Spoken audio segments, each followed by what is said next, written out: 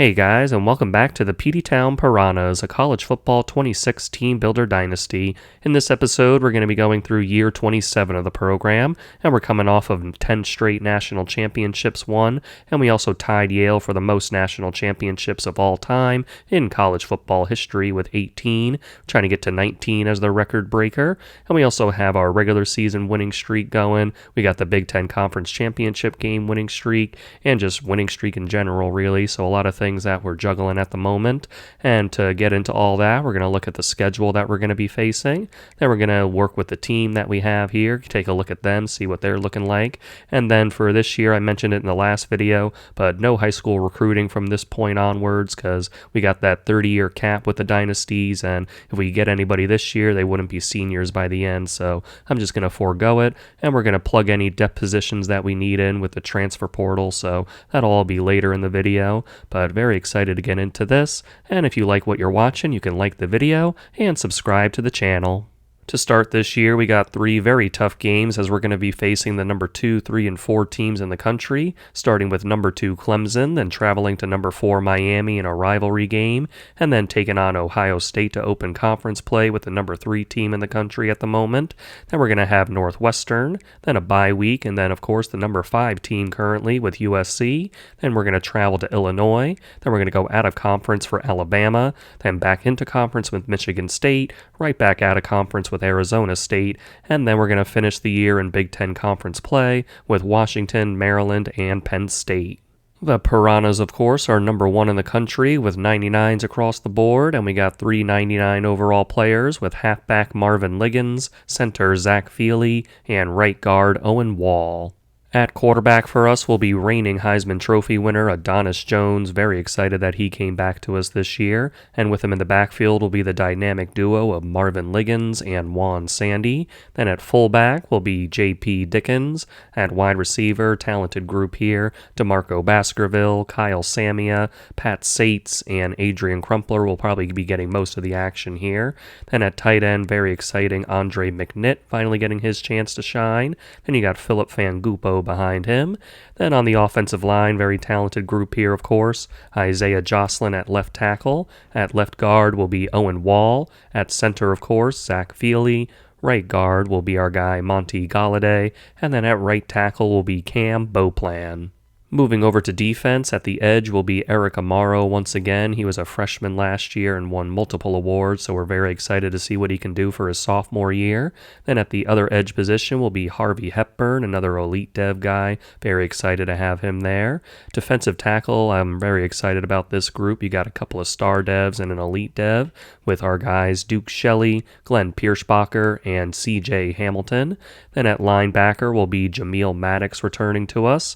At Mike linebacker will be Clifton Shudock, and then the other outside linebacker will be Nick Session, and Nick's very interesting because as a backup last year, he had a few games where he led us in tackles, so really showing what he can do in the backup role, and excited for him to jump into a starting role. Then at cornerback will be George Fattencoon, and he'll be our slot guy, and then in those situations, you're going to have Antonio Funchess out there, along with Isaiah Pike, and then at free safety will be Zach Kearns, and strong safety, very strong position group here, with Billy Davis leading the way, and John Harris coming out in 3 safety sets. Then at kicker will be returning guy Trent Hickman, and then at punter will be Pat Carruthers, the freshman. On the preseason Heisman Trophy watch list, we got 2 Piranhas with halfback Marvin Liggins, and as I mentioned, the winner from last year, Adonis Jones, is on here. A very exciting number 1 versus number 2 matchup to begin this year as we take on the Clemson Tigers with their 96 team overall. And here's the first sack of the season for the Piranhas as Glenn Pierschbacher gets back there. And that's going to be intercepted by Clemson, trying to do a little play action shot downfield, but they were all over it. Another sack for the Piranhas after that interception by us on the last drive, and Duke Shelley's going to get that sack. Clemson's able to recover after our sack and get it into field goal range for their kicker, and he is going to put this one up, and it is going to go through to give them the early lead. And that is going to be a touchdown. Kyle Samia just really accelerating towards that ball to catch it in front of the defender. Then he turns it into the end zone to give us our first touchdown of the season.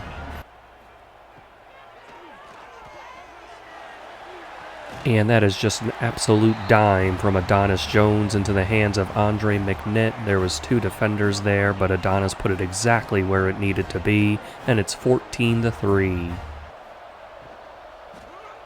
And they're going to do a nicely executed RPO there, a little out route for their receiver to get separation, and they're going to get a little closer to make it 14-10.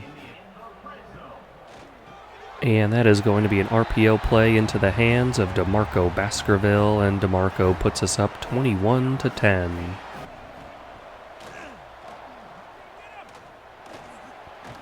And here's a sack for the Piranhas. Their quarterback was bouncing around back there, but Glenn Pierschbacher is going to bring him down. We get it inside their 10, but settle for a field goal attempt by Trent Hickman for the first time this year, and he is going to put it through to make it 24-10. And it's going to be our guy Adonis Jones going right up the middle with a clear lane to the end zone, and we're going to make it a 3-score game. And that is going to be a touchdown for Clemson. Their receiver was able to come back to the quarterback to give him that window to throw the ball to, and it'll be 31-17. That's going to be intercepted by Clemson, and they are going to prevent us from making a 3-score game here. I don't really know why we were passing in that situation, but it is what it is. Very important play here as they're on 4th down and goal. They're going to go with a running play, and we are able to stand them up at the line and prevent them from getting into the end zone. The final seconds are going to tick off here for the Peteytown Piranhas after that goal line stand, and we're going to walk out of here with a 31-17 victory over Clemson. Very tough early test for the Piranhas, but we're able to pass, and we're going to move on into this season with some good momentum. The Piranhas with 421 yards to Clemson's 313. They had 37 yards on the ground, and we had 124 and a touchdown. Through the air, they had 276, and we had 297. On 3rd down, they were 2 for 10. We were 6 for 10. And turnovers, they didn't have any, and we had 2. Adonis Jones with 297 yards, 3 touchdowns, and 2 interceptions, and he was not sacked. Then for our running game, Marvin Liggins had 13 carries and 91 yards. Adonis Jones, 5 for 29 and a touchdown. Through the air, DeMarco Baskerville had 9 for 81 and a touchdown. Marvin Liggins, 9 for 79. And Andre McNitt, 5 for 56 and a touchdown. Kyle Samia, 6 for 46 and a touchdown. Billy Davis led us with 11 tackles today, and then for sacks, we had 2 from Glenn Pierschbacher and half a sack each for Duke Shelley and Harvey Hepburn. Then for field goal kicking, Trent Hickman hit his only field goal attempt for 24 yards. Next up will be our rivals Miami, and they lost their first game of the year, so they dropped down to number 8, but they still got that very intimidating 99 team overall. And he's going to throw it right into the hands of Jameel Maddox, who is right where he needed to be off that play-action play. And the defense will hold.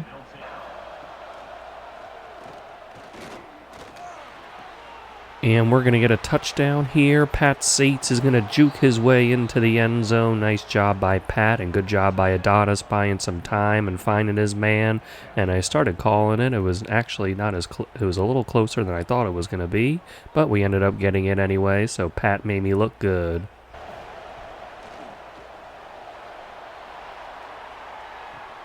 And that's going to be intercepted by Miami in the corner of the end zone, trying to hit our guy there, but their defensive back made a tremendous play. Miami's defense is going to force Trent to come out for a field goal attempt, and he's going to put the slow-mo kick up, and he is going to put it through to make it 10-0. And it's going to be Andre McNitt reaching behind him and grabbing that one for the touchdown. And the Peteytown Piranhas go up 17-0. And here's a sack for the Piranhas. Nice job there by Duke Shelley. That's going to be intercepted by Miami, trying to hit our guy DeMarco Baskerville over the middle, and our guy Adonis has had a little struggle with interceptions early on this year.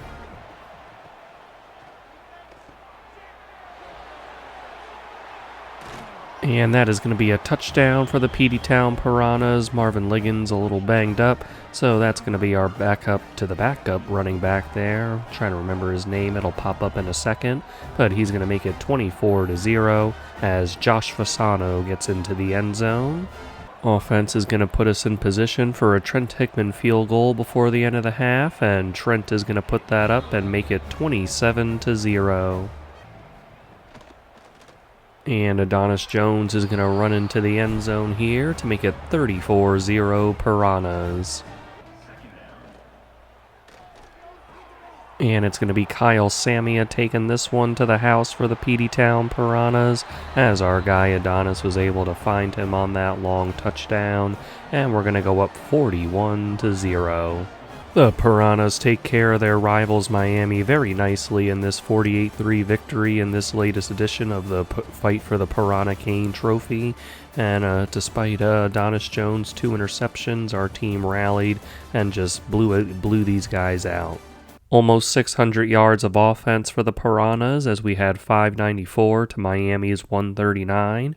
On the ground, we had 183 and 2 touchdowns. They had -2. Then for passing yards, we had 411 and they had 141. On third down, we were 6 for 9, nice, and they were 2 for 12. And for turnovers, we had 2 and they had 1.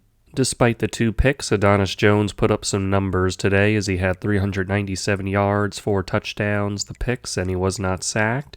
Then for the running game, Juan Sandy had 7 for 51, Taylor Machado 7 for 50 and a touchdown, then Marvin Liggins 9 for 37, Adonis Jones 6 for 35 and a touchdown. On the receiving end, Kyle Samia had 3 for 101 and a touchdown, then DeMarco Baskerville 7 for 97, Andre McNitt 6 for 59 and a touchdown, Pat Sates 3 for 43 and a touchdown, and John Fasano 4 for 42 and a touchdown.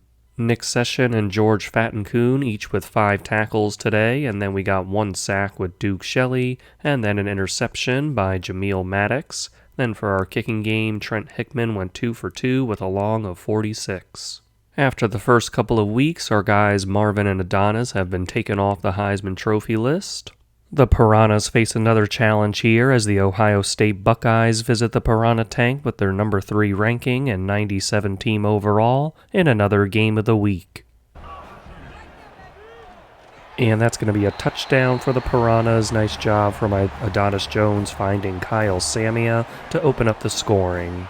In response to our opening drive touchdown, Ohio State's going to go for a 54-yard field goal. Their kicker has put that one through the uprights, and it's going to be 7-3. And another touchdown here for the Piranhas. Kyle Samia getting into the end zone again for us, and it's going to be 14-3. Juan Sandy taking this one up the middle, and that's going to be another touchdown for the Piranhas, this time from right at the doorstep, and it's going to be 21-3.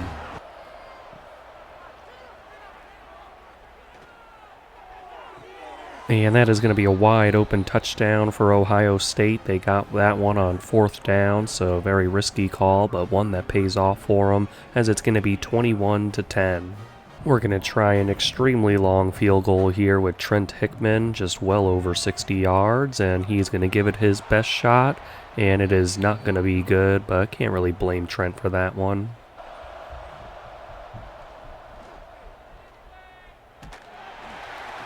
And we are going to pick that one off as their quarterback was trying to make something happen and stepping up in the pocket, but he got hit as he threw, and he threw it right to Clifton Shudock. And here's a sack for the Piranhas as Duke Shelley and Eric Amaro are going to bring him down. And Duke Shelley with another sack here, and it's going to be cleaned up by Jameel Maddox and Eric Amaro also getting his hands on the quarterback.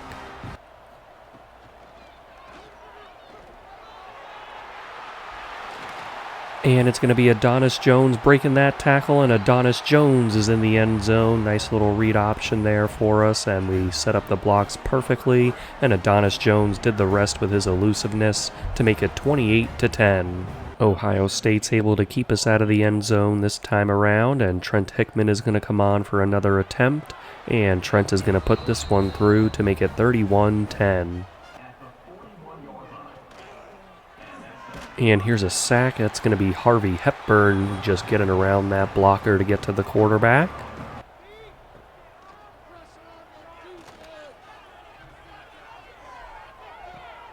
And that is just a fantastic catch by their receiver on our guy, and unfortunately we're going to give up that long touchdown to Ohio State. Great concentration on that catch, and we just overran it just a tiny bit. And it's going to be DeMarco Baskerville getting that one and getting into the end zone for the Piranhas. Very nice job by Adonis getting it out to him. DeMarco is able to outrun those defenders to make it a 3-score game again at 38-17. And he tried to hit the seam, but our guy made it a beautiful adjustment to get to that one. And now he's running downfield, and he is going to get a pick six. What a play for the Peteytown Piranhas defense to make an exclamation point here. That's going to be Zach Kearns making the play. Our Piranhas really showed out in this one with a 45-17 victory over Ohio State. And our guy Adonis Jones looking great out there, and just very well done job by the Piranhas. We were able to get 508 yards on offense, while Ohio State had 344. For their running game, they had 61, and we had 172 and 2 touchdowns. For passing, they had 283, and we had 336. On third down, they were 2 for 8. We were 6 for 7. And for turnovers, they had 2, and we didn't have any. Adonis Jones showing everybody why he's a Heisman Trophy winner with 336 yards, 3 touchdowns, and no interceptions, and he only had 1 incompletion today. For our running game, Marvin Liggins had 17 for 94, Adonis had 6 for 71 and a touchdown, Juan Sandy 3 for 7 and a touchdown. Then for receiving, DeMarco Baskerville with a huge game, 14 catches, 177 yards, and a touchdown, Marvin Liggins 9 for 97, and Kyle Samia 4 for 32 and 2 touchdowns. Nick Session led us with 10 tackles today and 3 for a loss, and then for sacks, we had 1.5 from Harvey Hepburn, 1 for Eric Amaro, and half a sack each for Jameel Maddox and Duke Shelley. For interceptions, we got 1 with Clifton Shudock, and another with Zach Kearns that he returned 70 yards for a pick 6. Then for our kicking game, Trent Hickman missed a long one, but he also hit a short one today with an 18-yarder. Zach Kearns was the Big Ten Defensive Player of the Week. With his performance against Ohio State, Adonis Jones put himself back in the Heisman Trophy race. After the 3-game gauntlet to begin this year, where the Peteytown Piranhas passed that test with flying colors, got a bit of an easier matchup here with Northwestern with their 74 team overall and 1-2 record.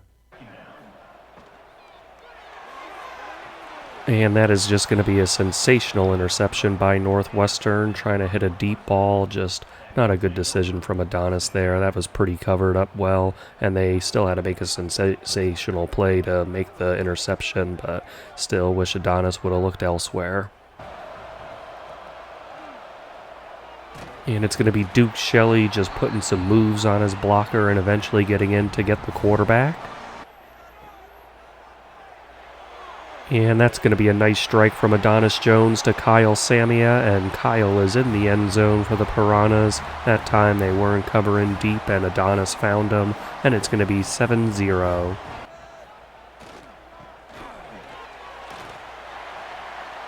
And Marvin Liggins is going to get out of there, and Marvin Liggins is going to run down the numbers and get into the end zone for the Piranhas. Nice job there, breaking the tackles and then breaking free to make it 14-0.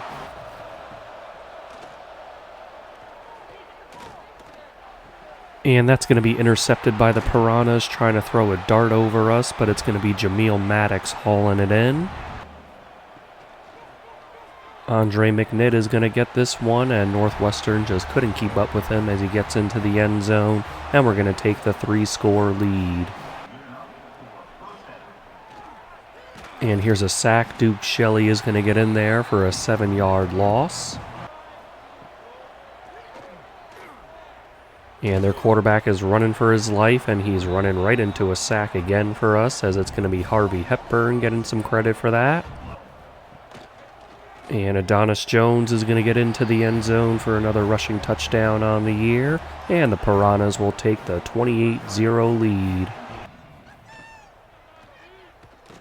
And he's going to throw that into the waiting arms of Jameel Maddox again. Jameel just in the right place. I don't know if he was trying to rush or if something he did fooled that quarterback, and he just reached up and plucked that one out of the air.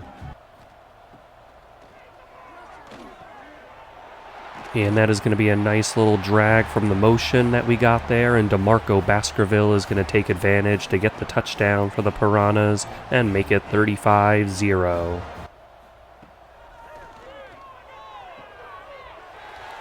And we are going to get out of here with Kyle Samia. Just a beautiful job by Kyle, able to make that catch and then run away from everybody. Looked like there was a lot of players over there, both for us and for the defense of Northwestern, but somehow Adonis Jones was able to fit that into Kyle. And bending around there, it's going to be our guy Harvey Hepburn getting in there for the sack. And it's going to be Marvin Liggins getting into the end zone here, and the Peteytown Piranhas will extend it to 49-0. And right up the middle, it's going to be Duke Shelley getting in for another sack in this game. He's had a tremendous day.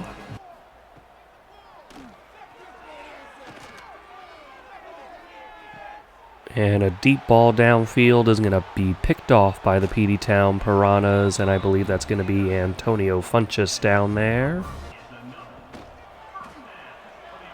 And Adonis Jones sprinting towards the end zone, and Adonis Jones is in the end zone for the Piranhas. Just beautiful blocking to set that up, and Adonis used his speed to get in to make it 56-0. No worries here for the Peteytown Piranhas as we get the 70-0 shutout victory over Northwestern. Just pure dominance here from the Piranhas. On offense, we had 642 yards to Northwestern's 85. They had 18 yards on the ground, while we had 294 and 5 touchdowns. Through the air, they had 67 and we had 348. On third down, they were 2 for 11 and we were 5 for 6. And turnovers, they had 3 and we had 1. Adonis Jones recovered nicely from that early interception to give us 276 yards, 4 touchdowns, the pick, and no sacks. And then Christian Shelley had 72 yards and a touchdown. On the ground, we had 8 for 137 and 2 touchdowns from Marvin Liggins. Then we had 7 for 50 by Juan Sandy. Taylor Machado, 4 for 49 and a touchdown. Adonis Jones, 5 for 37 and 2 touchdowns. Then for receiving, Kyle Samia, big day, 3 catches, 152 yards, and 2 touchdowns. DeMarco Baskerville, 4 for 50 and a touchdown. Then you got down here, Andre McNitt, 7 for 34 and a touchdown. And then Glenn Pounds, 2 for 22 and a touchdown. John Harris and Eric Amaro had 6 tackles apiece, with Eric getting 3 TFLs, and then for sacks, we had 3 from Duke Shelley, 1.5 from Harvey Hepburn, and half a sack from Eric Amaro. Then for interceptions, Jameel Maddox had 2, and Antonio Funchess had the 1 downfield. Jameel Maddox was the Big Ten Defensive Player of the Week. After our bye week, Adonis Jones has moved down to 3rd place for the Heisman Trophy. We will do battle with USC once again, as we beat them last season for the Big Ten Championship and the National Championship, so they're looking to avenge those and many other losses they've had to us throughout the years, and they come in 4-0 as we do, and they have a 97 team overall with their number 3 ranking. On the opening drive of the game, it's going to be USC attempting a 58-yard field goal, and their kicker has put this one through to give them that 3-0 lead. And we're going to get that one out to Andre McNitt, and Andre is in the end zone to give us the lead at 7-3. And Adonis Jones is going to get through there and get into the end zone for the Piranhas to make it 14-3. And a blitz by the Piranhas is going to work out as C.J. Hamilton gets in for the sack.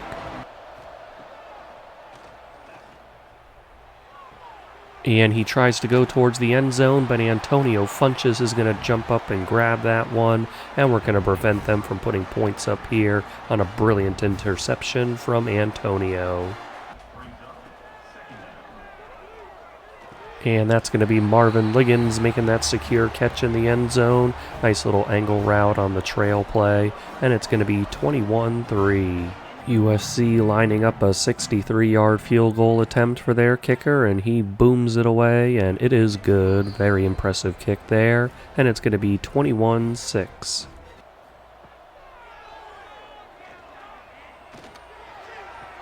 And we're going to find the open man in the end zone. The DB just got a little caught there, and it's going to be Andre McNitt making that secure catch. What a play. Adonis Jones putting it right where it needed to be. And here's a sack for the Piranhas. C.J. Hamilton involved with another one.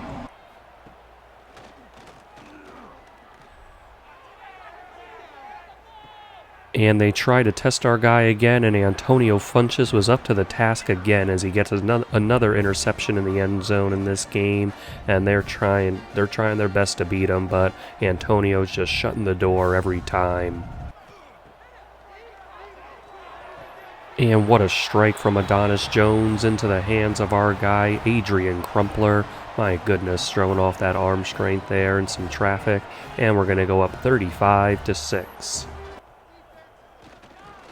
And Juan Sandy is going to get the push forward he needs for the touchdown here. And the Piranhas extend it to 42-6.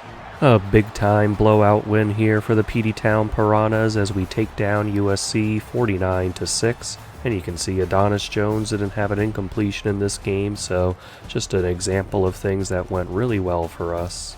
On this day, the Piranhas had 484 yards and USC had 213. For the ground game, they had 52 and we had 174 and 3 touchdowns. For passing yards, they had 161. We had 310. For third down, they were 4 for 9 and we were 13 for 15. And then for turnovers, they had 3 and we had 0. Adonis Jones, pretty much perfect in this game as he had 310 yards, 4 touchdowns, and no interceptions, and he was not sacked. And I mentioned he didn't have an incompletion. Then for rushing, we had Marvin Liggins with 13 for 54, Adonis with 12 for 46 and a touchdown. Then down here, Juan Sandy, 8 for 23 and a touchdown. And Christian Shelley had a 1 carry, and he got it in for a touchdown of 1 yard. Then for receiving, you had DeMarco Baskerville, 10 for 113. Marvin Liggins, 6 for 68 and a touchdown. Andre McNitt, 5 for 49 and 2 touchdowns. And Adrian Crumpler with a 12-yard touchdown catch. Billy Davis leading us with 5 tackles today, and then for sacks, we had 1.5 from C.J. Hamilton, half a sack for Billy Davis, another half a sack for Duke Shelley. Then for interceptions, we got 2 from Antonio Funches, both in the end zone, just a phenomenal day for him. Then for Torrey Dorsey, he got 1 with the backups. Our guy Adonis Jones back up to second place for the Heisman Trophy after that game against USC.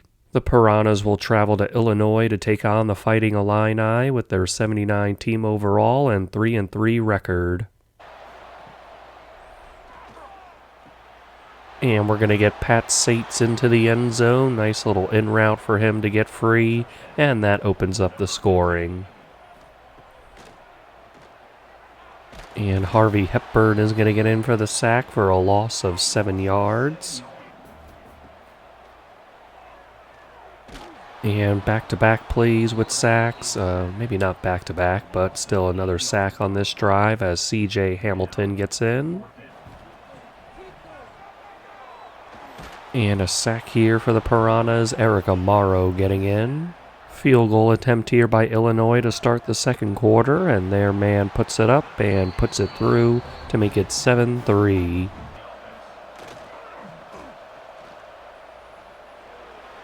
And Juan Sandy is going to get around the edge there, and they can't bring him down as he breaks that tackle as he crosses the goal line. And the Piranhas go up 14-3. And we're going to pick that one off. Eric Amaro way downfield in coverage getting that one. And we are going to return it past the 50 to their 42. Trent Hickman on for a 34-yard field goal attempt. And Trent is going to put that one through to make it 17-3. With the final seconds ticking off in the first half, it's going to be Trent Hickman sending up another field goal attempt. And he makes this one as well to make it 20-3. Adonis Jones is going to dive into the end zone, and he crosses the plane with that ball, and the Peteytown Piranhas will make it 27-3. And this is going to be an easy touchdown for DeMarco Baskerville as we fooled him on the RPO flat play to make this one 34-3. And a nice job there by Harvey Hepburn getting around the blocker for the sack.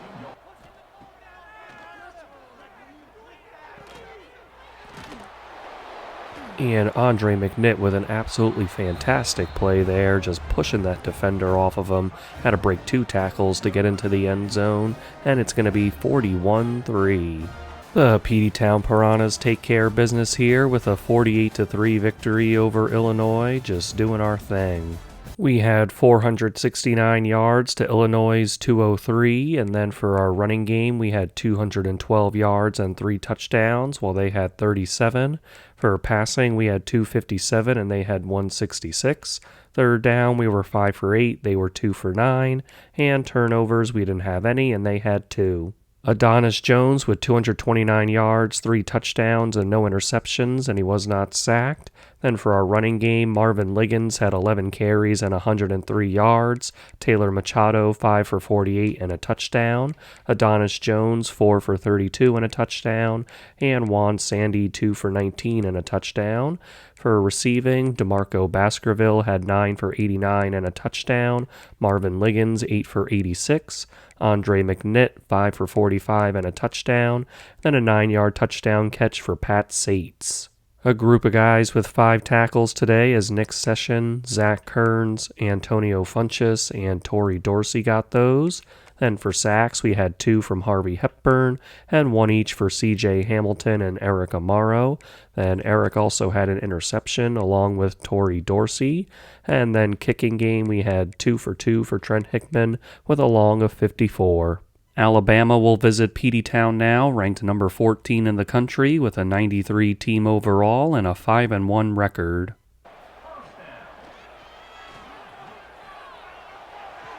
And that is a very nice toss from our guy Adonis Jones into the hands of Josh Fasano coming in for a banged up Marvin Liggins, and it's going to be 7-0 Piranhas. And we're going to find our guy Pat Sates, got a little trips action out there, trying some crossing routes, and one of those crossers got open with Pat, and it's going to be 14-0 Piranhas. And he's going to throw that one to our defense. It's going to be Nick Session on the interception. Can't quite bring it all the way back, but he does bring it inside their 10. Nice job by him sticking to his cover zone. And it's going to be our ball inside their 10. And it's going to be DeMarco Baskerville left alone on the outside off the RPO. And we take a 3-score lead thanks to our defense and that interception. And it's going to be Marvin Liggins left alone on that orbit motion, and Marvin is going to run it into the end zone. A little banged up earlier in the game, but he's come back and made a big impact here, and it's going to be 28-0. And that's going to be Marvin Liggins all day on that angle route that we love, and Marvin's got his second receiving touchdown of the day to make it 35-0 Piranhas. And here's an incoming sack for the Piranhas as Duke Shelley and Nate Pierschbacher get in there.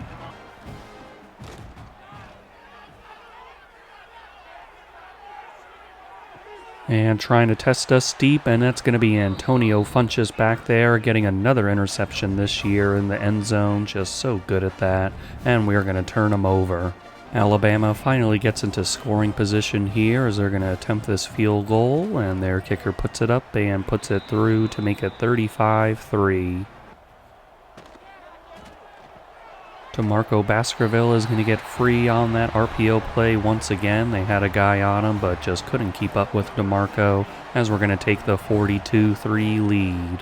The Piranhas get the 52-3 victory over Alabama. Just a fantastic effort all around by the guys. Defense really smothering their offense, and our offense executing very well. We outgained Alabama 516 yards to 221, and they had 43 yards on the ground while we had 180. Then for passing yards, they had 178, and we had 336. For third down, they were 2 for 12, and we were 8 for 10. And turnovers, they had 2, and we had 0. Adonis Jones was distributing the ball very well today, as he had 293 yards, 6 touchdowns, and no interceptions, and he was not sacked. Then for Christian Shelley, he had 43 yards and a touchdown. Then in the running game, Adonis Jones led us with 8 carries and 76 yards. Taylor Machado, 7 for 52. Marvin Liggins, 9 for 34. And then for receiving, DeMarco Baskerville had 9 for 84 and 2 TDs. Marvin Liggins, 7 for 73 and 2 TDs. Then Andre McNitt, 5 for 68. Then Josh Fasano, 2 for 24 and a touchdown. Philip Van Gupo with a 17-yard touchdown catch. And Pat Sates, 2 for 16 and a touchdown. George Fattencoon led us with 7 tackles today and 2 TFLs. And then for sacks, we had half a sack each for Duke Shelley and Glenn Pierschbacher. Then on interceptions, we got 1 from Nick Session and another from Antonio Funchess, another one in the end zone for him. And then for field goal kicking, Trent Hickman, he made his only attempt today for 38 yards. No movement at the top of the Heisman Trophy race, but our guy Marvin Liggins is back on the list in 5th. We're going to travel to Michigan State to take on the Spartans with their 91 team overall, and they are ranked number 23, and they're 6-2 on the year. And we're going to find Kyle Samia in the end zone. Nice find from Adonis and a good first drive for the Piranhas.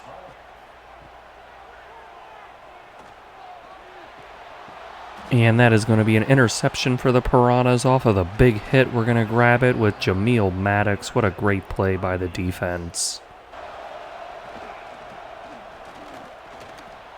And Juan Sandy is going to use a huge boost of acceleration and some great blocks by our guys to get into the end zone to make it 14-0 after the pick. And the power read is going to work out for Michigan State there as he hands off to the back and he scoots into the end zone to make it 14-7. And that's going to be intercepted by Michigan State. Adonis Jones chose to throw it to our guy Marvin, and it deflected off of his hands as he was hit, and it landed into the hands of a Michigan State player. And he finds an open man on the sideline, and he's in for the touchdown to tie up the game. And Juan Sandy is going to cut it up after we got some blocks on the outside to spring him free, and the Piranhas will retake the lead at 21-14.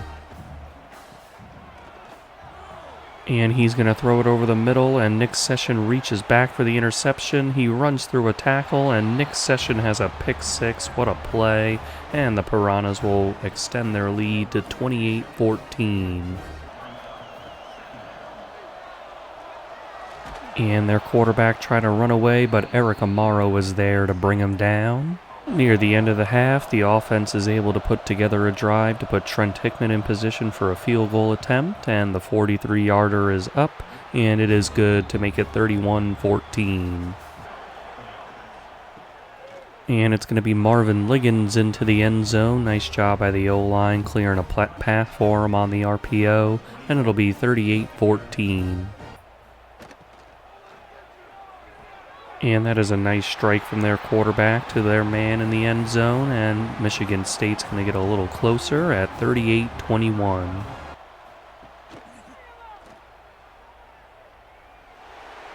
And there goes Adonis Jones, and he gets a big block downfield by the offensive lineman, and Adonis Jones is gone. What a play by the Piranhas on that read option. Just the blocks lined up absolutely perfectly, and Adonis Jones took care of the rest to make it 45-21.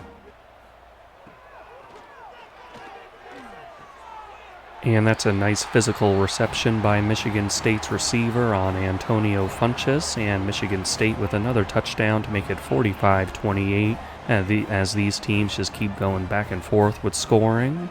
Scratch that 28 as Michigan State's going to go for a 2-point conversion here. They're going to drop back, and he's going to try a draw play, and we stuff that, so it's going to be 45-27. And it's going to be our guy DeMarco, and he is running down the sideline, and DeMarco Baskerville is into the end zone for the Piranhas off that explosive play. Just an out route where he gets behind everybody, and it's going to be 52-27. And they hit us with an RPO again, and that guy is in the end zone again for Michigan State. Just very tough offense here. They got some very talented guys, but it's going to make it 52-34.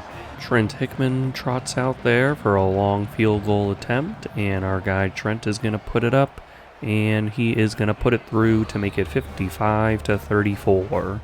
A lot of points scored here against Michigan State, but we came out on top 55-34. Can't really remember the last time we gave up that many points, but it is what it is. At least our offense was out there making plays and making things happen, and just going to take this victory and keep on going. Big day for both offenses as we had 547 yards and they had 425. On the ground, we had a humongous day with 331 yards and 4 touchdowns. They had 111 and 1 touchdown. Then for passing yards, we had 216 and they had 314. On third down, we were 4 for 5 and they were 2 for 6. And turnovers, we had 1 and they had 2.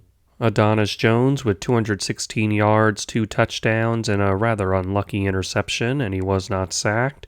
Then on the ground, we had Marvin Liggins go for 16, 166, and a touchdown. Adonis Jones, 10 for 134 and a touchdown. And Juan Sandy, 5 for 31 and 2 touchdowns. Then for receiving, DeMarco Baskerville with a big day, 6 catches, 123 yards, and a touchdown. Then Marvin Liggins, 6 for 35. Kyle Samia, 2 for 23 and a touchdown. Nick Session out there making plays for our defense with 16 tackles and then 10 by Zach Kearns. And we also got 2 TFLs for Nick. Then for sacks, we had 1 from Eric Amaro. On interceptions, we got 1 from Nick Session and another from Jameel Maddox. And of course, Nick had the one that he returned for a pick 6. And then for our field goal kicking, Trent Hickman, 2 for 2 with a long of 55. Nick Session was the Big Ten Defensive Player of the Week. Despite what I thought was a good game by Marvin Liggins, he was taken out of the Heisman Trophy list, but we have wide receiver Barry Hillis from Arizona State on it, and we will be facing him this week. Another road game for the Peteytown Piranhas as we travel to Arizona State to take on the Sun Devils with their 79 team overall and 5-3 record, and of course their Heisman Trophy candidate. And that's going to be intercepted by Arizona State as he just jumped that route. Looks like a defensive lineman was out there making the play. Just fantastic job by him. And Arizona State's going to run right up the middle for that touchdown, so they cash in on the interception. After Arizona State's touchdown, our offense moves it downfield, and we settle for a Trent Hickman field goal attempt, and he puts it through to make it 7-3. And there goes Marvin Liggins weaving his way through, and Marvin Liggins is gone on that run. Great job by him, just excellent vision, and the Piranhas will take their first lead at 10-7. And here's a sack for the Piranhas off the play action as Jameel Maddox gets in there.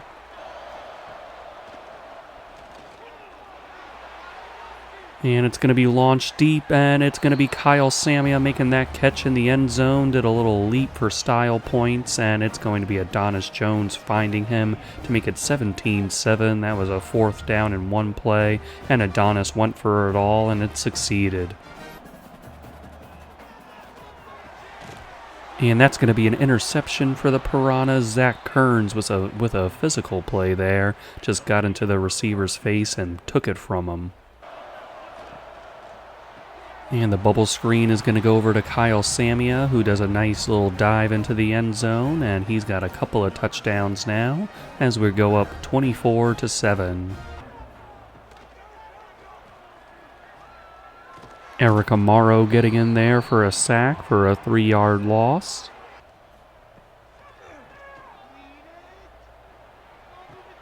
And that's going to be another interception for the Piranhas as Antonio Funches takes away that corner route, and we're going to be right at their edge of the red zone.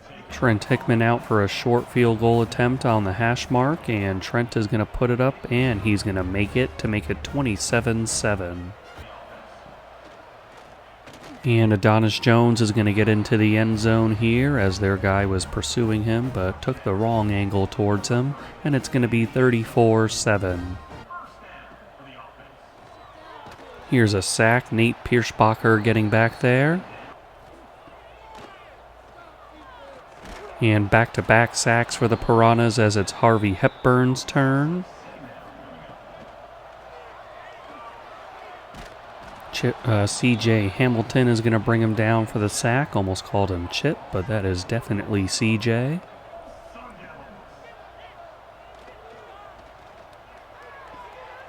And to the outside, they're going to get their man, and he's going to get it into the end zone for Arizona State. So after they opened the scoring with that touchdown, we rattled off 34 straight points, and now Arizona's back on the board to make it 34-14. And our guy, Andre McNitt, is going to make the catch on that one to make it a touchdown for the Piranhas, and it's going to be 41-14.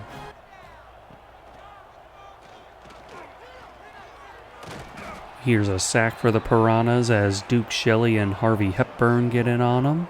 This will be a 57-yard field goal attempt by Arizona State, and their man tries his best at it, and he puts it through to make it 41-17.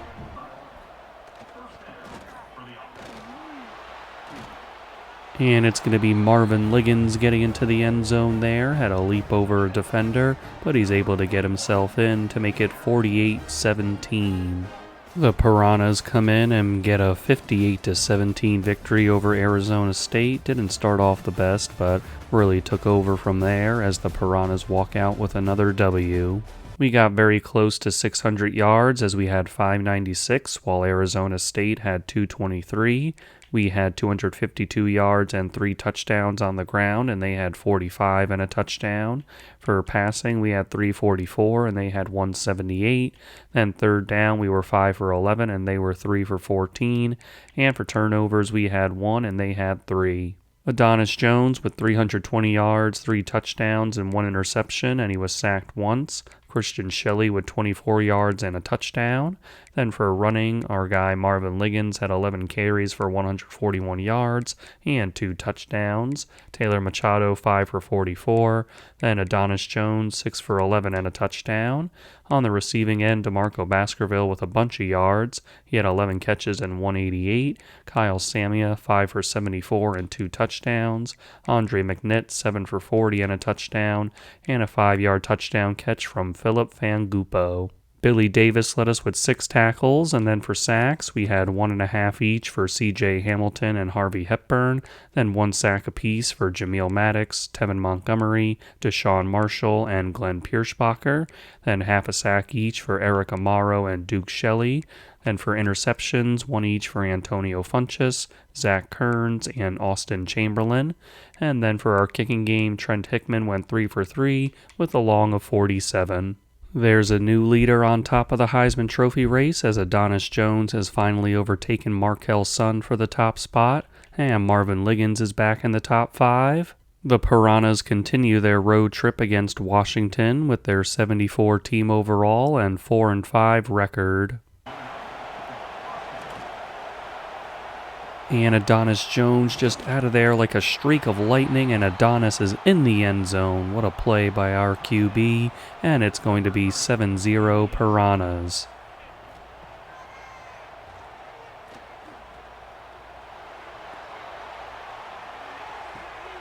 And they are not going to get that deep ball on Antonio Funchess, just a play he's been taking away all season long, and he returns it all the way back to the 42. Nice job by Antonio.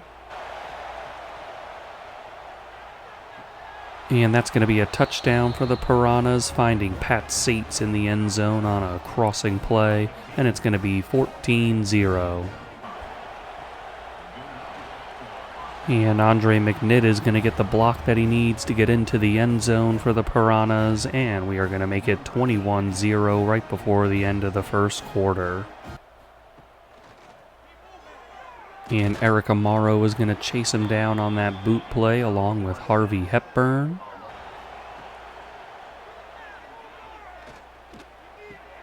And that's going to be intercepted by Washington. That pass got away from Adonis Jones as he was trying to hit Andre McNitt, and their cornerback had to go down for that one.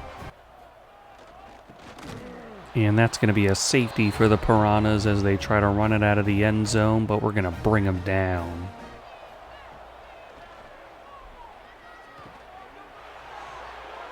And Marvin Liggins is open, and Marvin Liggins is in the end zone for the Piranhas, just using that angle route we love to use, and just nobody there, and Marvin took advantage to make it 30-0. And Duke Shelley is going to get to the quarterback before he can get rid of it for the sack. Good job by the offense putting it in position for our guy, Trent Hickman, and he knocks it through for the field goal. And Eric Amaro is going to bring him down on the first play of the second half. And DeMarco Baskerville is going to take that bubble screen into the end zone to make it 40-0.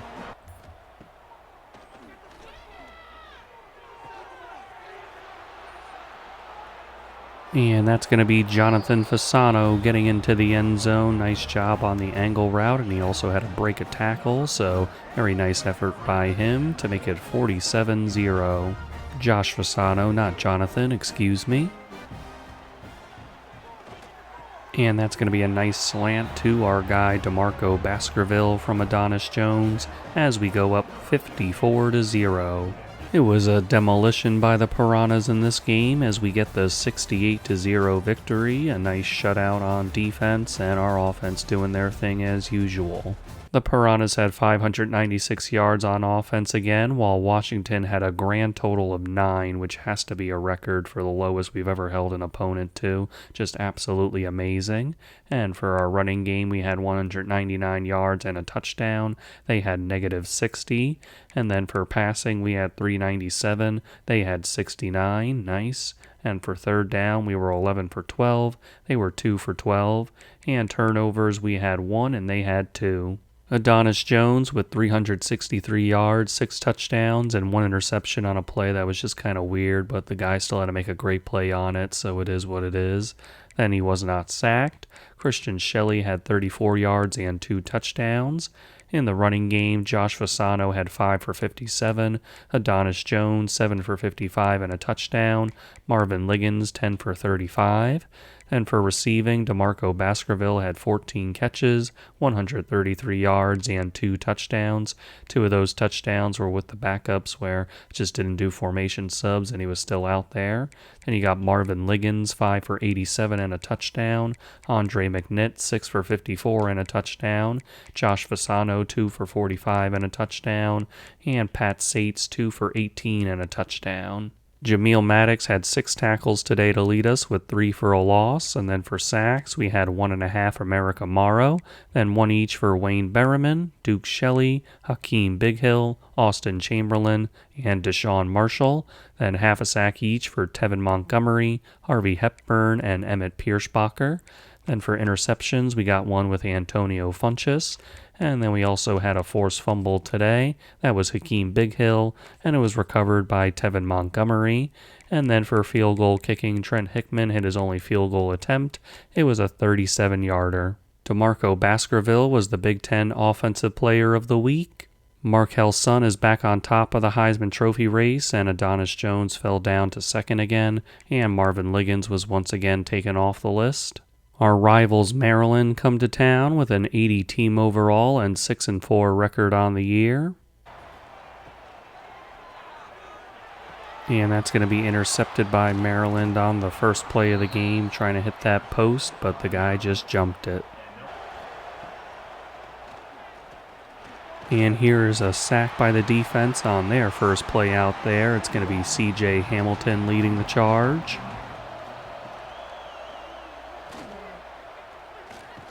And another sack for the defense as Harvey Hepburn gets him down.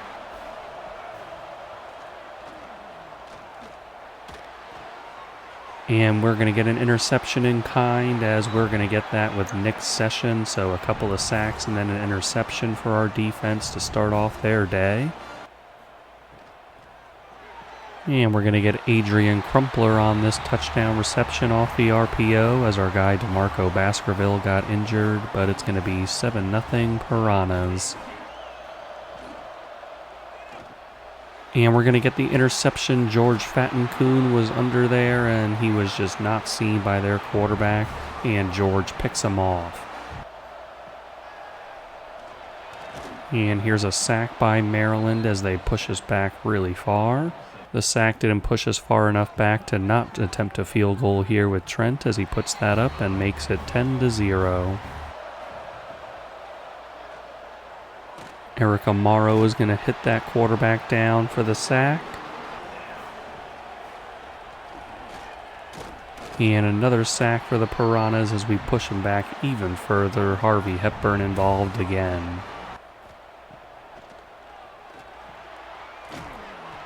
And that will be another touchdown for Adrian Crumpler as he came across the formation there to make the play. And it'll be 17-0. And he's going to roll out, and he's going to roll right into a sack by Eric Amaro.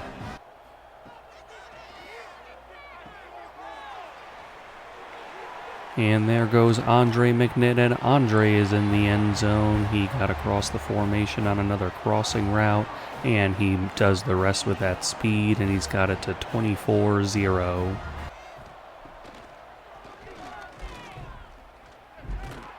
And we're going to get another interception. Jameel Maddox on this one as he steps in front of the receiver.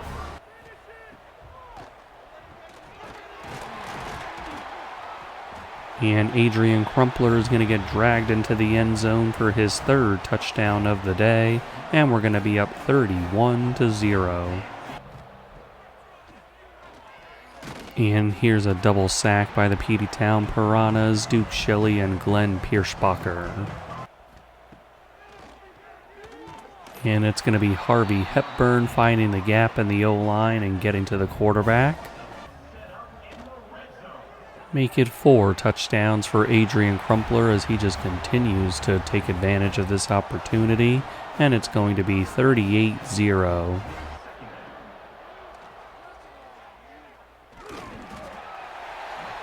And here's going to be a sack for Eric Amaro and friends. And calling his name one more time here, Adrian Crumpler. What an absolutely stellar day for him as far as scoring our touchdowns. And it'll be 45-0 Piranhas. Harvey Hepburn is going to chase him down, and our sack party continues.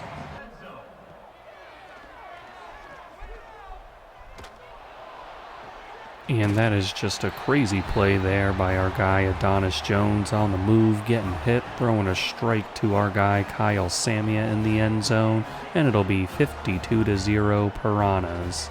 On the bright side for Maryland, it wasn't a shutout, but pretty much that was the only positive, that they got that touchdown as we get this 65-7 victory over our rivals. Great job out here by the Piranhas. We almost outgained Maryland by 300 yards as we had 491 and they had 192. On the ground, they had -10 and we had 131 and a touchdown. For passing yards, they had 202 and we had 360.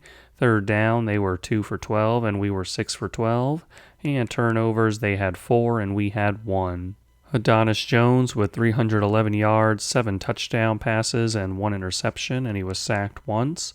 Then for our running game, Adonis led us here, 9 carries for 59 yards. Then Christian Shelley got a 14-yard touchdown run. Then on the receiving end, Andre McNitt, 5 for 123 and a touchdown. And Adrian Crumpler, how about him, just filling in when we needed him to in an extraordinary fashion. 8 catches, 62 yards, and 5 touchdowns. Kyle Samia, 4 for 41 and a touchdown. And then we go over to defense. We were led in tackles by Harvey Hepburn. He had 8 on the day with 6 TFLs and an outstanding 4.5 sacks. And then joining him on the sacks, we got 3 from Eric Amaro, 1 from Deshaun Marshall, and another from Duke Shelley, and half a sack by CJ Hamilton and Glenn Pierschbacher.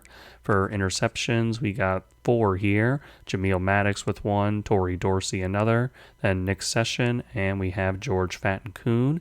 And then for field goal kicking, 3 for 3 for Trent Hickman with a long of 50. Adrian Crumpler is your Big Ten Offensive Player of the Week. The back and forth between Adonis Jones and Markel Sun continues for the Heisman Trophy as Adonis is in first place yet again. We're going to end our regular season on the road in Happy Valley against Penn State, a place that's very intimidating, but also a place where we've had some great success in the past, so hoping to continue that here.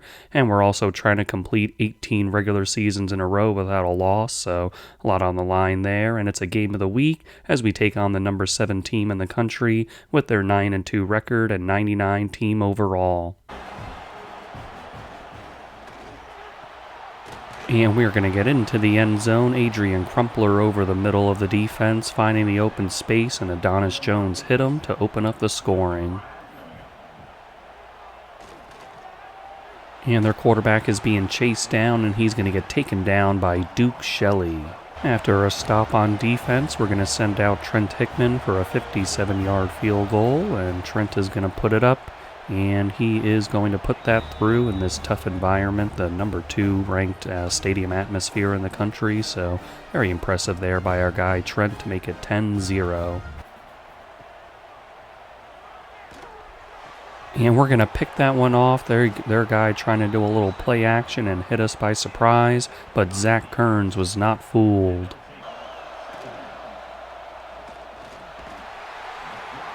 And that's going to be counted as a sack for Penn State as they get us on that RPO play.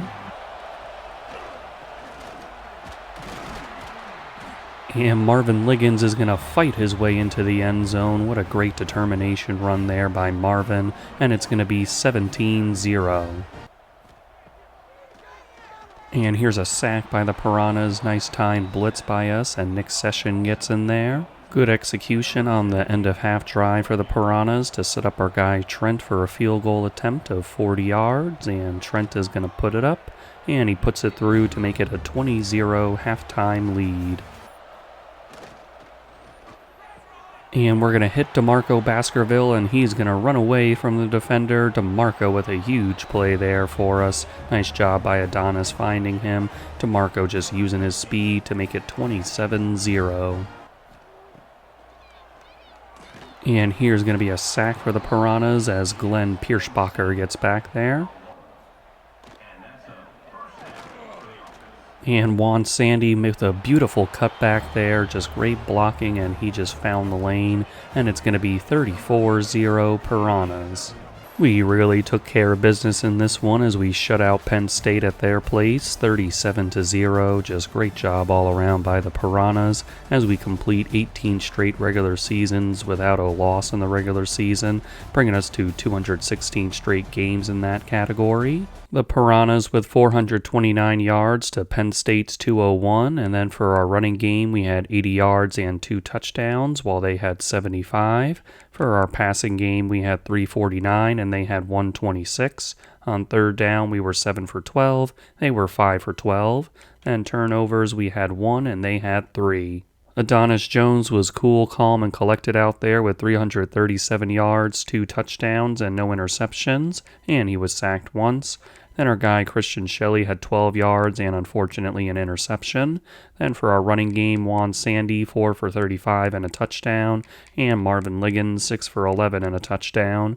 On the receiving end, DeMarco Baskerville with 9 catches, 119 yards and a touchdown.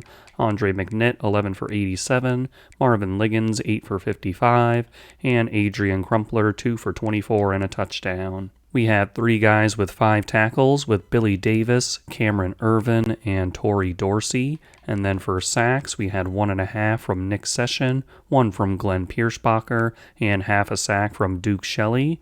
On interceptions, we had 1 each for Zach Kearns, Jay Azur, and Angel Vales. And then for kicking, Trent Hickman went 3 for 3 with a long of 57. In the Big Ten Championship, it'll be a familiar foe in this spot of the season with number 2 Michigan. Couple of injuries to report here as we got tackle Cam Beauplan with a torn labrum and he'll be out for 3 weeks, so still available for a playoff run if we can get that far. Then you got Javier Lolito, who's a backup cornerback, dislocated hip also for 3 weeks. We're going into the Big Ten Championship game with the leader for the Heisman Trophy, and you got UConn's wide receiver Deion Johnson on his tail with those 27 receiving touchdowns, and then our opponent's quarterback Markel Sun, he's been there all year, dropped down a little bit more than he was in the past, but still got to try to hold him off for it.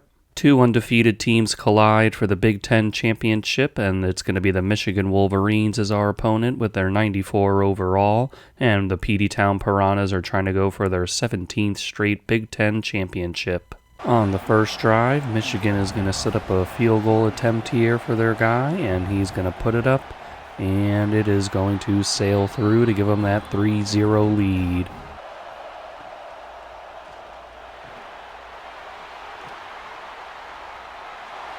And what an absolutely fantastic play by DeMarco Baskerville, breaking a couple of tackles, adding a spin move in there. Just incredible individual effort to get us our first score of this Big Ten Championship and make it 7-3. And here's the sack for our guy Duke Shelley right up the middle. And Harvey Hepburn is going to take him down on that boot play. The quarterback got around him initially, but Harvey kept with it and got him down. After the sack, Michigan was able to work it back into field goal range to give their kicker a chance, and he's going to put up another one, and this one's good as well to make it 7-6. And we're going to get that touchdown. It's going to be Kyle Samia getting free and Adonis Jones putting it on the numbers for him. That was a 4th down play, so nice gamble there for the Piranhas, and it pays off to make it 14-6. And that's going to be called a fumble on the play, and we are going to scoop that up with Isaiah Pike. They tried that tight end screen, but it ended up blowing up in their faces.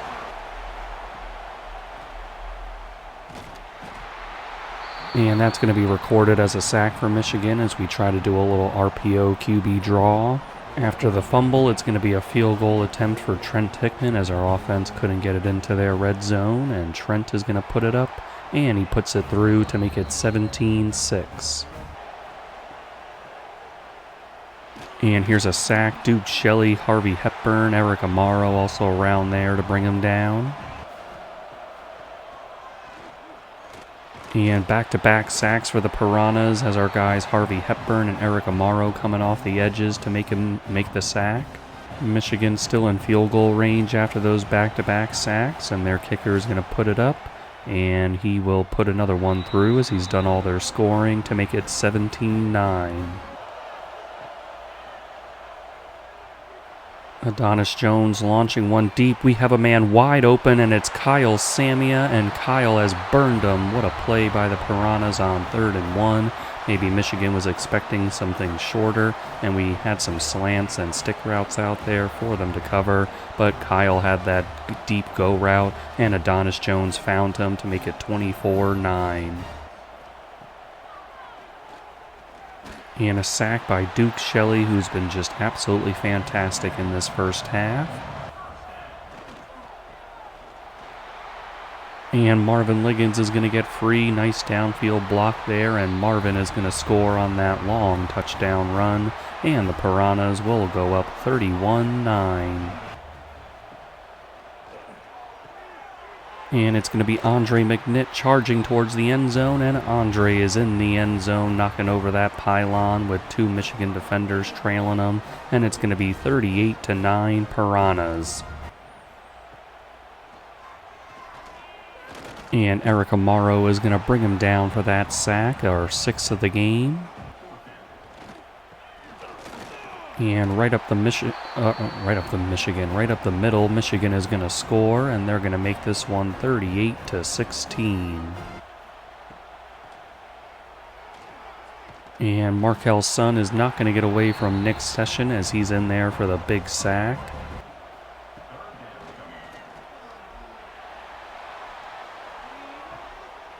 And that is going to be an amazing jump ball catch by Michigan's receiver in the end zone. And Michigan gets a little closer here as it's going to be 38-23 unless they go for the 2-point.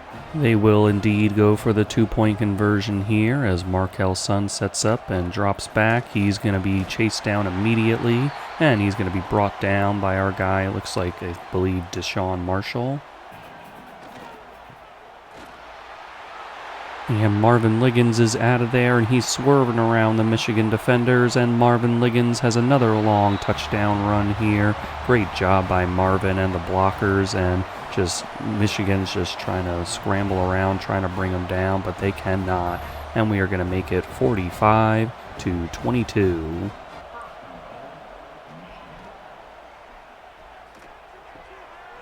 And that's going to be another touchdown for Michigan as they really put together some offensive stuff here in the second half. Still a couple of possessions away from us, but something to keep in mind as we go into the postseason if we have to come across them again. Another 2-point conversion attempt by Michigan. See if we can stop them again as they're going to try a screen pass this time. Their running back is going to break through the couple of tackles and get in for that 2-point, making it 45-30.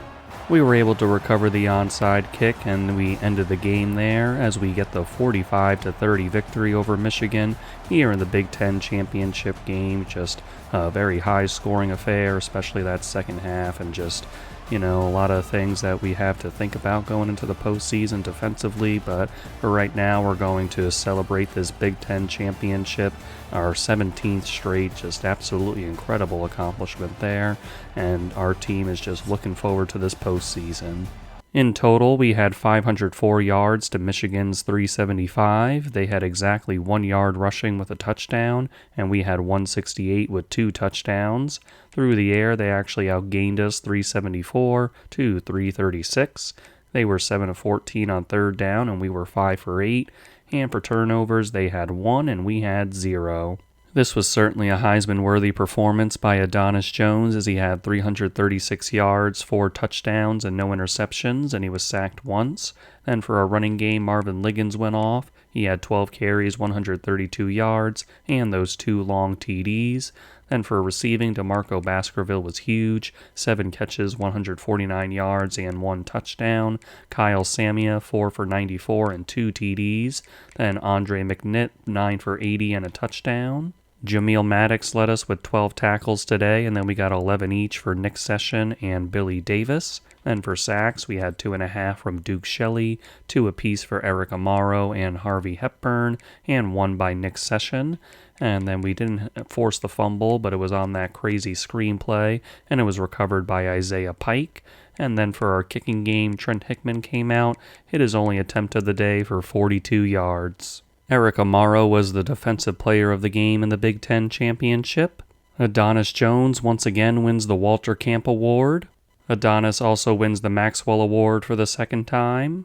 Adonis Jones is the back-to-back Heisman Trophy Award winner, just an absolutely incredible accomplishment. The 6th time we won the award, and he will be the 3rd guy to ever win 2 Heisman trophies, so an absolute legend of the game, and we love him and everything he's done for this program. More hardware for Adonis as he's the Johnny Unitas Golden Arm Award winner. For the 2nd time, Eric Amaro is the Defensive End of the Year Award winner. Another trophy in the trophy case for Adonis Jones as he's the Davey O'Brien Award winner. Marvin Liggins is the Doak Walker Award, so that's another time we've won this award. Andre McNitt is the John Mackey Award winner, continuing our tradition. We got an Outland Trophy Award winner with Owen Wall. Eric Amaro wins his second Lombardi Award. Looking at how the rest of the Heisman Trophy race shook out, you got Boise State's quarterback Cam Silva in second, Deion Johnson in third, Markel Sun in fourth, and then Notre Dame's wide receiver Jackie Heaney in fifth. Off camera, I was tracking the John Mackey Award race because I was a little worried that we might not win it this year, because this guy, George Stevenson, was putting up quite a season with his receptions and yards, but I think Andre just took it home because he had more touchdown receptions, so we will take that to keep our streak with this alive. In the college football playoff bracket, you got number 5 Boise State against number 12 Tulane, then number 8 Ohio State versus number 9 Florida, number 6 Oklahoma taking on number 11 TCU, and number 7 USC going against NC State with their 10 seed, and then we're number 1 of course, number 2 is Notre Dame, 3 Texas, and 4 Michigan. We will meet 8 seed Ohio State at the Rose Bowl for the quarterfinal game. In the first round of the college football playoff, Tulane got the big upset against Boise State in a shootout. Ohio State beat down Florida. TCU really took it to Oklahoma. And then USC beat NC State by 10 points. So that's going to set up Michigan versus Tulane, us versus Ohio State, Texas versus TCU, and Notre Dame versus USC. Things worked out for Cam Beauplan and Javier Lolito, where we're going to have them both back for this game against Ohio State. Big Ten foes collide here in the quarterfinal as we take on the Ohio State Buckeyes with their 94 team overall and 10-3 record on the year. And on the first play of the game, it's going to be the double play action and Eric Amaro getting in for the sack. And Duke Shelley, nice spin move there to get past the blocker and in for the sack. And it's going to be Andre McNitt on the crosser getting into the end zone as the Piranhas open up the scoring. Duke Shelley and Eric Amaro were going to run down their quarterback for our third sack in the early going. Just great pursuit there.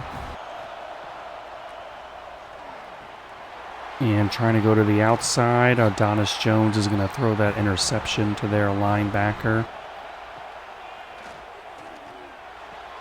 And another interception for Adonis Jones, unfortunately, as their defender got underneath our receiver on the route. And we're going to get an interception back here as we're going to get Harvey Hepburn dropped into coverage and picking that one off inside of their red zone to prevent them from putting up points. And that's going to be Andre McNitt in the corner of the end zone. Nice find by Adonis Jones. And after those 2 early interceptions, nice to see us bounce back from those, especially Adonis, and it's going to be 14-0. Our offense is able to put Trent Hickman in position again for a field goal, and he is going to make it 17-0. Don't know why I said again. We haven't kicked a field goal yet, but we're able to put him in position for one here. And Andre McNitt is going to get in there again for his third score of the day, and the Piranhas will go up 24-0. And they are going to fire one into the end zone, and Ohio State's finally on the board here to make it 24-7. And we are going to find our man in the back of the end zone. It's going to be Pat Sates hauling it in, and it'll be 31-7. And here's a sack. Len Piersbacher getting in. And Andre McNitt yet again in the end zone. Nice strike from Adonis Jones. Really threw a fastball there, and it'll be 38-7.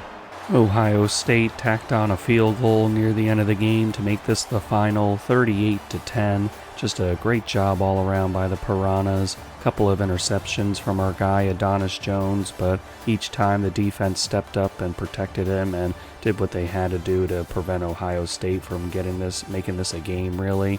And our offense was able to pick things up after that, and we're going to move on to the semifinal. We had 465 yards to Ohio State's 253. Then on the ground, they had 43 and we had 91. Then for passing yards, they had 210 and we had 374. Third down, they were 7 for 13 and we were 8 for 10. And turnovers, they had 1 and we had 2. Despite the 2 interceptions, Adonis Jones put up some numbers today with 374 yards, 5 touchdowns, the picks, and he was not sacked. On the ground, Marvin Liggins had 11 for 58. Receiving, Andre McNitt was huge, 11 catches, 151 yards, and 4 TDs. Pat Seat, 6 for 72 and a touchdown. Marvin Liggins, 5 for 71. DeMarco Baskerville, 6 for 51. And then on defense, we had 12 tackles from Billy Davis to lead us. Then on sacks, we got 1.5 with Eric Amaro. Then you got 1.5 from Duke Shelley and 1 from Glenn Pierschbacher. And on interceptions, we got 1 with Harvey Hepburn where he dropped back and fooled the QB. And then for Trent Hickman, he made his only attempt, a 39-yarder. We are going to have a rematch of the Big Ten championship game for this semifinal as we take on number 4 seed Michigan. In the quarterfinal, Michigan got a comfortable win over Tulane, and then Texas took down TCU by 1 touchdown, and Notre Dame got a 2-score win over USC, so that'll set up us in Michigan and Notre Dame, Texas. We're going to run it back with the Michigan Wolverines, this time with a spot in the national championship on the line. And that's going to be intercepted by Michigan underneath, trying to hit the crossing route over him, but just thrown right into his hands. Thanks in large part to that interception, Michigan's going to be in position for a field goal attempt, and they're going to put it through to take the early 3-0 lead. And that's going to be a sack for the Michigan Wolverines, bringing Adonis Jones down. We respond to Michigan's field goal attempt with one of our own from our guy Trent, and he is going to tie it up. And it's going to be our guy DeMarco Baskerville in the end zone, and the Peteytown Piranhas will take the 10-3 lead.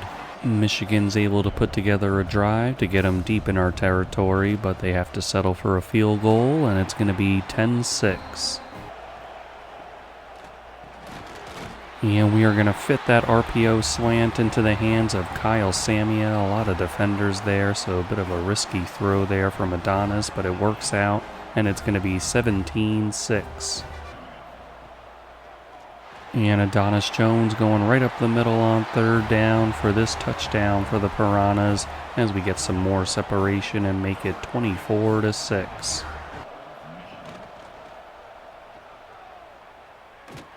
And Markel Sun is going to get that read option to work out for the touchdown, and Michigan's going to get closer at 24. Maybe they go for 2, but for right now, maybe 24-13.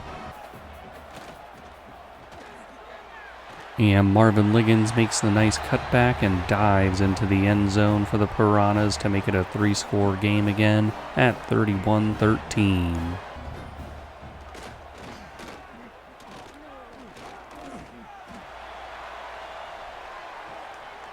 And that's a jump ball catch in the end zone for Michigan, and that guy does it again. He did it in the Big Ten championship, showing off that athleticism and great hands to make it 31-20. The onside kick didn't work out for Michigan, and we're going to be able to kneel on this one with our guy Adonis, and the Peteytown Piranhas walk out of here with a 31-20 victory to advance to another national championship. Just very exciting stuff, and on the line will be the record breaker. We had 411 yards to Michigan's 278, and then on the ground they had 47 and a touchdown, and we had 99 and 2 touchdowns. For passing, they had 231 and we had 312. Third down, they were 5 for 12 and we were 8 for 9.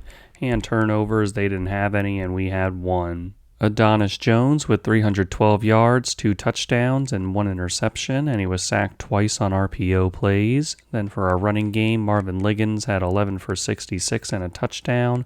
Adonis Jones, 8 for 26 and a touchdown. For receiving, DeMarco Baskerville was big, 11 catches, 123 yards, and a touchdown. Andre McNitt, 5 for 70. Kyle Samia, 4 for 51 and a touchdown. Marvin Liggins, 7 for 45. And then defensively, we had 11 tackles from Nick Session to lead us, but we didn't have any sacks today. And then for our kicking game, Trent Hickman made his only field goal, a 46-yarder. In the national championship, it'll be number 1 versus number 2 as we take on the Notre Dame Fighting Irish. It all comes down to this for the Peteytown Piranhas as we try to win our 19th national championship to pass Yale for the most national championships in college football history. And we're also trying to win our 11th straight national championship. And standing in the way of that will be the Notre Dame Fighting Irish. They have a 97 team overall with that number 2 seed and a 13-1 record. So we'll see if we can do it. And Erica Morrow is going to chase him down for the sack, and Harvey Hepburn is going to help him out. Our offense gets stopped at the 1, and it's going to be up to Trent Hickman to put us on the board, and he will do just that to make it 3-0. And it's going to be Adonis Jones right up the middle, and the Heisman Trophy winner finds the end zone for the Piranhas as we take a 10-0 lead. And it's going to be our guy, Andre McNitt, on the pop pass, and he's going to navigate his way into the end zone, and we are going to go up 17-0. And that's going to be intercepted by Notre Dame. They're going to jump on that route in the middle of the field. And we're going to get the interception right back as it's going to be Clifton Shudock. And now he's got some room to run down the numbers and the hash mark.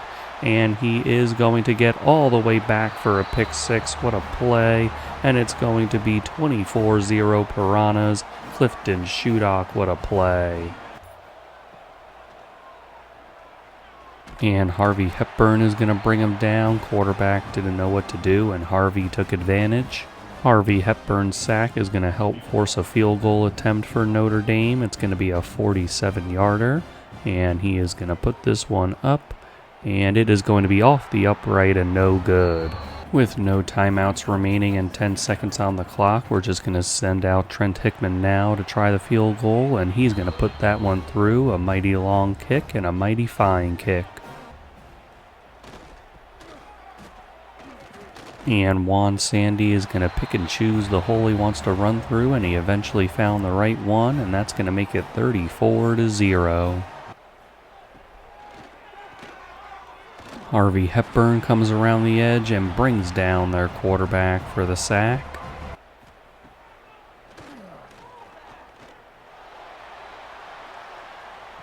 And he tried the deep ball, but that's going to be a sensational interception by Antonio Funchess, who makes another downfield interception, this one with a little dive attached to it.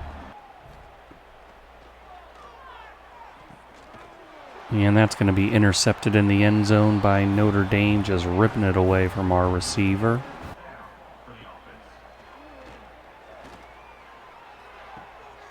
And that is going to be a touchdown for Notre Dame, a little leap in the end zone for their man, and that'll break up the shutout to make it 34-7.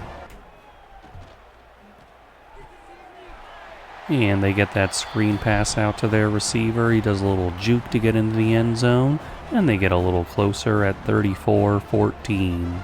Trent Hickman trots out there for a field goal attempt, and he is going to put it up and put it through to make it 37-14. Duke Shelley is going to run in there and get him down for the sack. And that will do it here for the Peteytown Piranhas as they win this national championship and become the team with the most national championships in college football history at 19, passing Yale with a final score of 37-14 over Notre Dame. What an incredible accomplishment for this program to just take that record and have their 11th straight national championship. Andre McNitt handing over that trophy to our guy, Petey Previtt, who holds aloft that record breaker. And I'm just so incredibly proud of all the teams that have come before to make this possible, and the team as they celebrate here as the ones that get it done. The final stats here for the national championship, we had 450 yards and Notre Dame had 286. They had 6 yards on the ground and we had 187 and 2 touchdowns. For passing, they had 280, we had 263. On third down, they were 4 for 13, we were 4 for 7. And for turnovers, we both had 2. Not the best day passing the ball for Adonis Jones, but it was still effective enough to get us the win as he had 263 yards, 1 touchdown, and 2 interceptions, and he was not sacked. On the ground, Marvin Liggins had 12 for 78. Adonis was much better on the ground with 11 for 72 and 1 touchdown. Juan Sandy had 5 for 15 and a touchdown. And then for receiving, Andre McNitt had 4 for 65 and a TD. Then Kyle Samia had 3 for 57. DeMarco Baskerville, 5 for 47. And then for our defensive guys, Jameel Maddox had 11 tackles today to lead us. And for sacks, we had 2.5 from Harvey Hepburn, 1 from Duke Shelley, and half a sack for Eric Amaro. For interceptions, we got 1 with Clifton Shudock. He returned that 72 yards for a pick 6 on a big play. Then you got another pick from Antonio Funchess.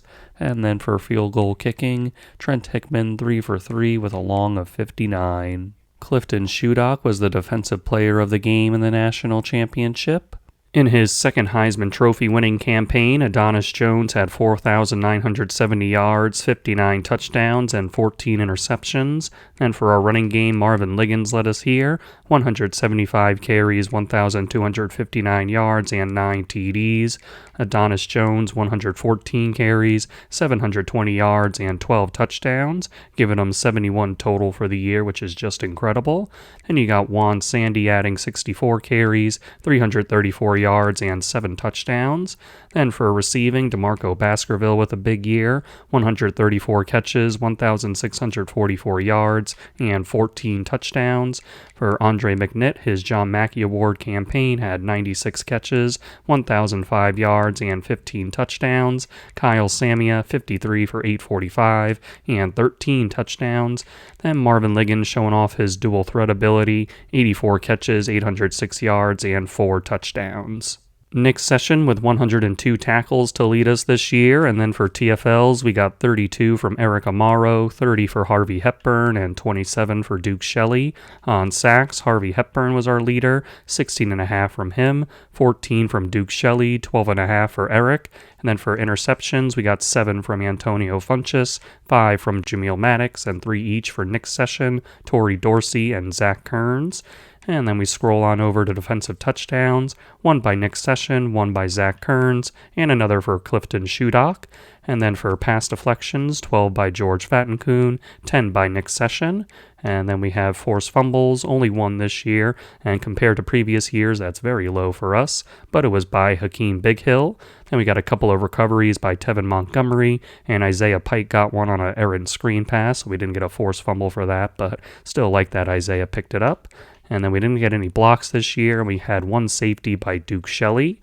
And then for our field goal kicking, Trent Hickman had a really nice season this year. He went 25 for 26 with a 96% and a long of 59. Over the course of his career, Adonis Jones had 9,429 yards, 112 touchdowns, and 25 interceptions. And then for our running game, Marvin Liggins leaves us with 294 carries, 1,951 yards, and 13 TDs.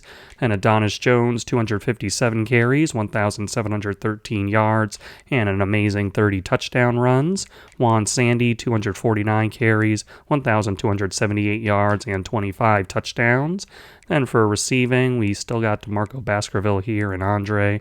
Marvin Liggins leads us with 130 catches, 1,228 yards, and 10 touchdowns.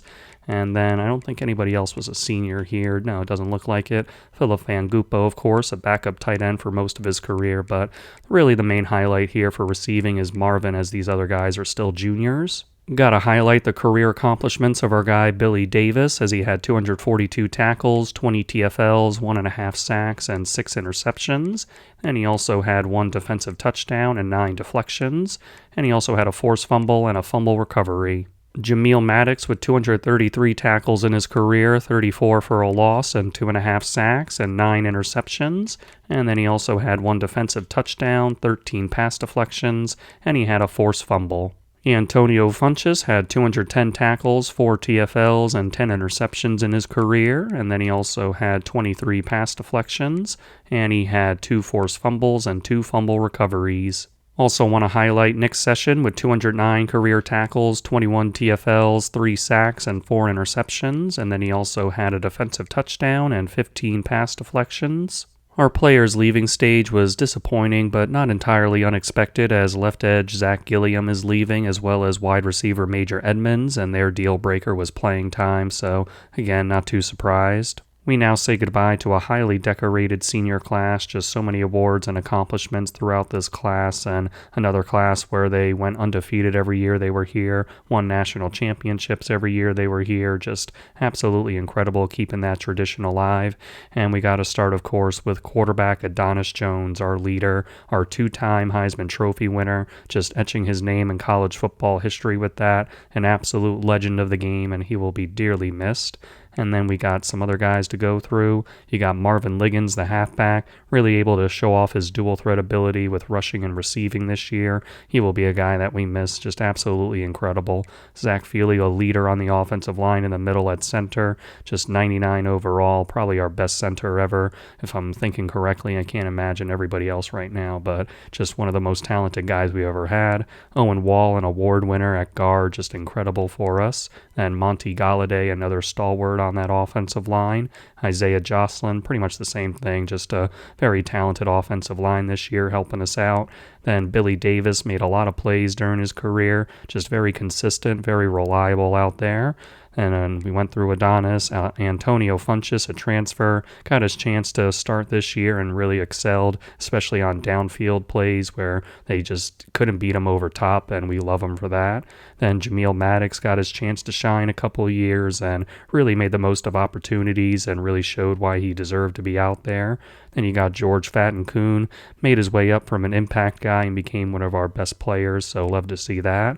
Clifton Shudock, a very good guy, bided his time and really excelled this year, making a couple plays for us that we love to see. Juan Sandy got a little overshadowed by Marvin Liggins this year. He was our starter last year, but with the way the development went, he just kind of took a back seat, but reliable guy in the red zone this year when we needed him. And you got Nick Session making a lot of plays out there at linebacker. John Harris, one of those guys that was in extra safety sets and made plays when he had his chances. Then Cam Beauplan got a little banged up, but he came out there and was really reliable when he was out there. Then Zach Kearns, not a big name or anything, but definitely made plays this year, which you love to see. We had 16 Peteytown Piranhas go into the NFL draft, and half of those were round 1 picks, as we had 8 first-rounders, including Adonis Jones, Marvin Liggins, Zach Feely, Owen Wall, Monty Galladay, Isaiah Jocelyn, Billy Davis, and Antonio Funchess. Round 2 guys were Jameel Maddox, George Fatten Kuhn, and round 3, Juan Sandy, Clifton Shudock, and round 4, John Harris, round 5, Nick Session, round 6, Zach Kearns, and round 7, Cam Beauplan. Bunch of things to look at here for the transfer portal, starting with quarterback Josh Miles, who we'd love to get. You see his 95 throw power, 93 short accuracy, good medium and deep accuracy, and he's also got silver extender. Tight end Zach Tobin would be a nice addition for our tight end room. Then you got right guard Carl Scales, very good abilities here, and his ratings are very nice. Then you got right tackle J.J. Morey, just incredible offensive lineman who we'd love to sign. Then you got left edge Daniel Boger, okay athleticism, but those 85 power moves is what stands out. Then you got cornerbacks with Jalen York and Colin Steets, and they got good athleticism and pretty decent coverage. Then you got Mike linebackers with Theo Cobb, good speed and acceleration, great hit power in pursuit, and 81 zone coverage and some abilities. Then you got Will Metz, who's got that 88 zone coverage that stood out, and strong safety Rasheem Shelley, who's got okay athleticism and 84 zone coverage. We advanced a few weeks, and we have some guys committing now, with cornerback Jalen York joining the fray. And then joining him this week will be strong safety Rasheem Shelley. And then joining them will be quarterback Josh Miles, so that's a huge get for us. And then we got another commitment from right guard Carl Scales. And then joining all of them will be cornerback Colin Steet. So got both of the cornerbacks that we wanted. And then more commitments with Mike linebacker Will Metz.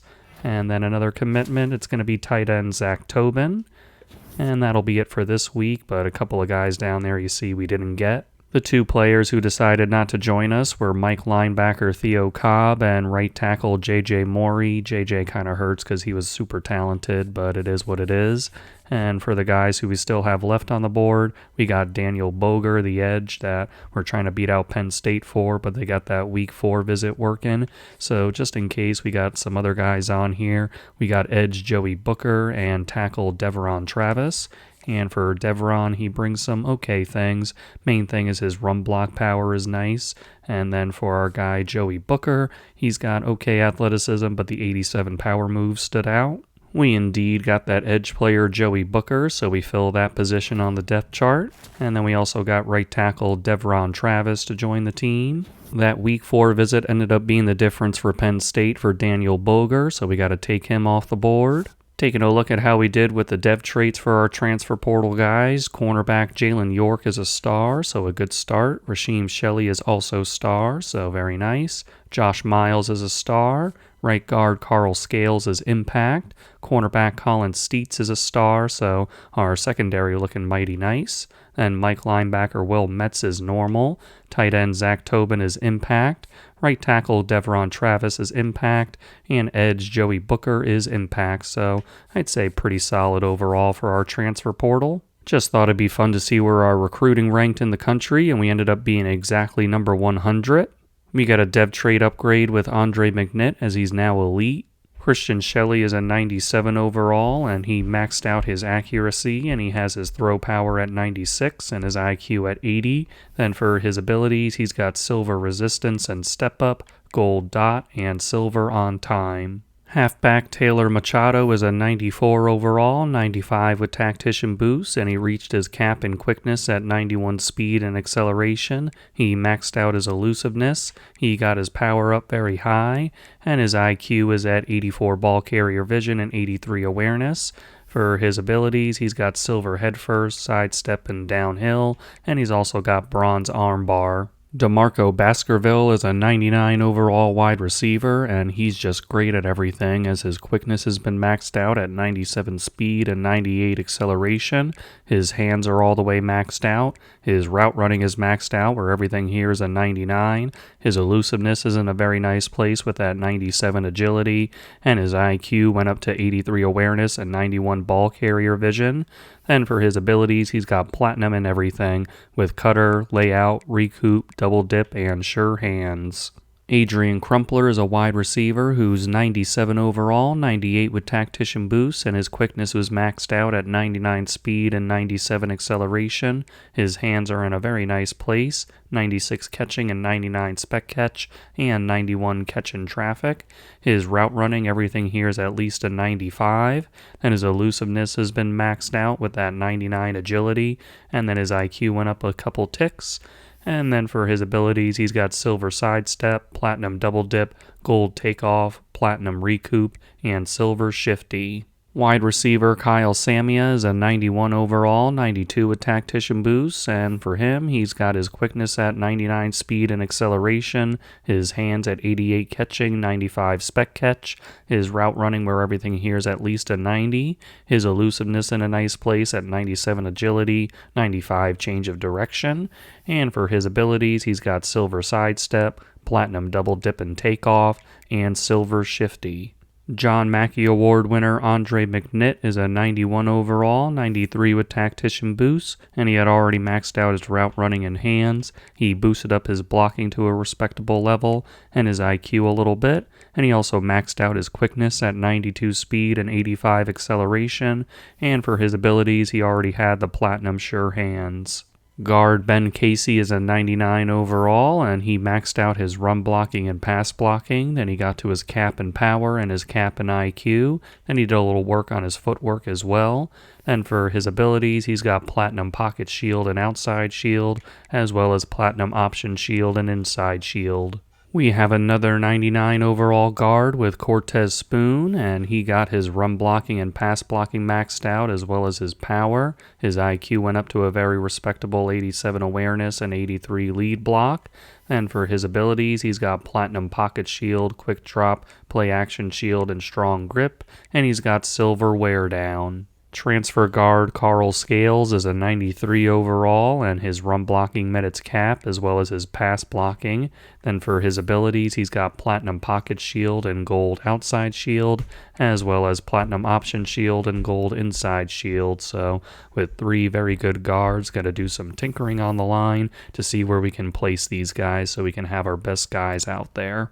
Defensive tackle C.J. Hamilton is a 97 overall, and he got his power to 98 strength, his run stopping to a very nice place at 89 block shed, 99 tackle, and 97 pursuit. His quickness also had a very nice leap to 79 speed and 95 acceleration. Then for his abilities, he's got Platinum Grip Breaker, Bronze Inside Disruptor, Gold Option Disruptor, and Bronze Workhorse. I put the spotlight on C.J. Hamilton as our best defensive tackle, but I also want to highlight Duke Shelley and Glenn Pierschbacher, who helped form a trio of great defensive tackles. Duke Shelley at 89 and Glenn at 87, and they bring a lot to the table as we saw last year with their production. Outside linebacker Emmett Pierschbacher is a 94 overall, 95 with tactician boost, and his quickness is at 86 speed and 94 acceleration. His pass coverage at 91 zone. His run stopping very good here, 95 tackle, 93 pursuit, and 95 block shed. His IQ is up to 78 awareness and 80 play rec. And for his abilities, he's got gold wrap up, bronze aftershock, gold blow up, and silver hammer. Mike linebacker Artie Cush is a 92 overall, 93 with the boost, and his IQ is at 86 awareness and 82 play rec. His quickness at 90 speed and 97 acceleration. His run stopping in a solid place. His pass coverage at 88 zone. And for his abilities, he's got bronze house call and bronze robber. Cornerback Isaiah Pike really put in work this offseason to make himself a 99 overall as he maxed out his man coverage, zone coverage, and quickness. He also got his hands up a little bit and his run stopping up. Then for his abilities, he's got platinum in everything with blanket coverage, jammer, house call, ball hawk, and knockout. Strong safety Angel Vales is a 95 overall, and for him, his zone coverage got to its cap at 99 zone, 87 awareness, and 93 play rec. His man coverage is at 90 and then 86 press and 99 change of direction, and his quickness is at 97 speed and 95 acceleration. And for his abilities, he's got bronze ball hawk, platinum house call and robber, and gold knockout.